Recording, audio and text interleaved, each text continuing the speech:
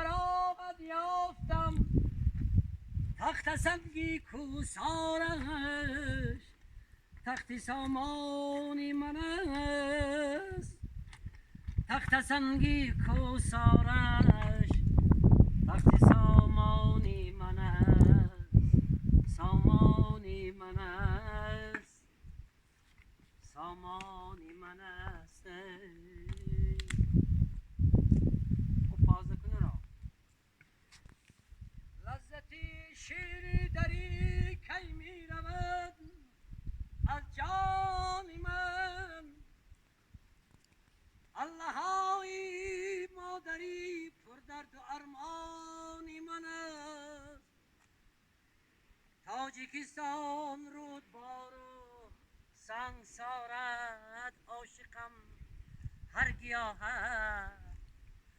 گیاهت شیر و هر سنگی تو دیوان من است تاجیکستان سرنوشتی عشق سوزانی من است سرباده های خوانده‌ام از دفتری دیوانی سر بس ناله ها بشنیدم از سینه نالانی سر بس ناله ها بشنیدم از سینه نالانی سر من مادر و غمهای او را با فغان دادم بخواب در لحظه بی مادری سرمانده در دامان سنگ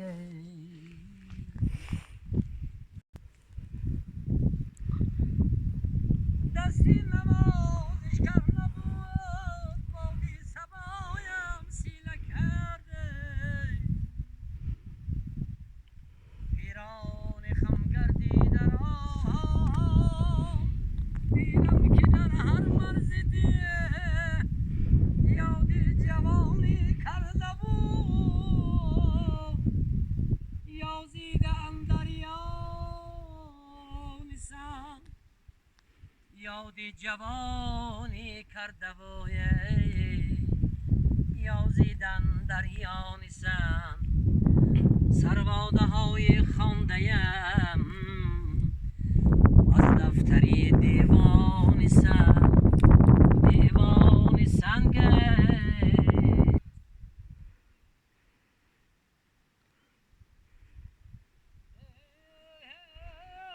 زندگی را شکوه نامرد هر که گفت تا چه اندازه مرد زندگی مرد میخواهد سری بالا بود پردرد میخواهد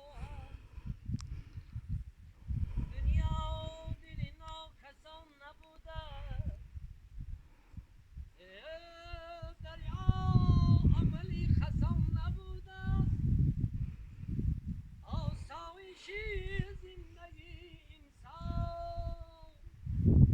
در زیر آب و دار